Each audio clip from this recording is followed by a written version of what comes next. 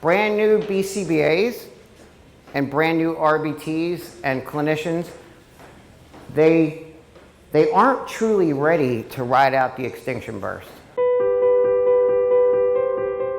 What I'm going to suggest, so obviously I know this isn't rocket science and you all know this. However, this is really, really critical in our delivery of services. When we're getting ready to implement an extinction procedure, of course you can attenuate that with strengthening a functional equivalent. Like if someone's doing something for attention, you strengthen other equivalents to get attention. But when you place them on extinction, 30 years that I've been doing this, I still see one of the one common problems we have is that the BCBA or the clinician doesn't get all armed up and ready to ride out the burst, and then we accidentally reinforce the height of the extinction burst, which means we reinforced topographically some behavior that got more severe because we couldn't ride it out. And I'm going to suggest something. I'm going to suggest you bring in the cavalry and you literally get ready with, get extra staff available if possible when you're get ready to ride out a severe extinction burst. So if you're dealing with a larger learner and you're truly trying to place a behavior on extinction and you're strengthening a functional equivalent, it's really critical to try to plan it and have extra staff available. Does that make sense? Because then you can truly ride it out. Otherwise, you accidentally cannot ride out the burst, and what happens? The behavior that's more intense and higher in magnitude gets paid off. When you're riding out the extinction burst, okay, you guys have to be that sounding board, that sturdy rock.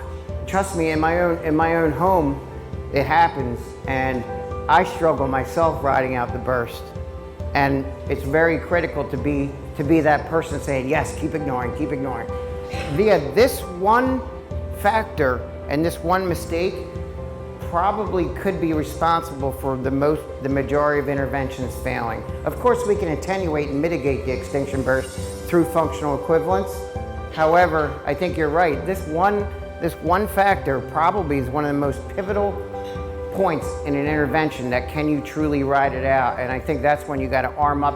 You might need an extra RBT that day, and it might be temporary. If you're training a parent where the learner is becoming an adolescent or an adult and they're humongous and they have very severe behavior that's maintained by attention, listen, one of the biggest things that I've found that's been extremely effective, because we do it in our own home at times, what we end up doing is when a behavior is attention maintained, I know that Marlene or myself or the babysitter cannot truly ignore the behavior because he's so big.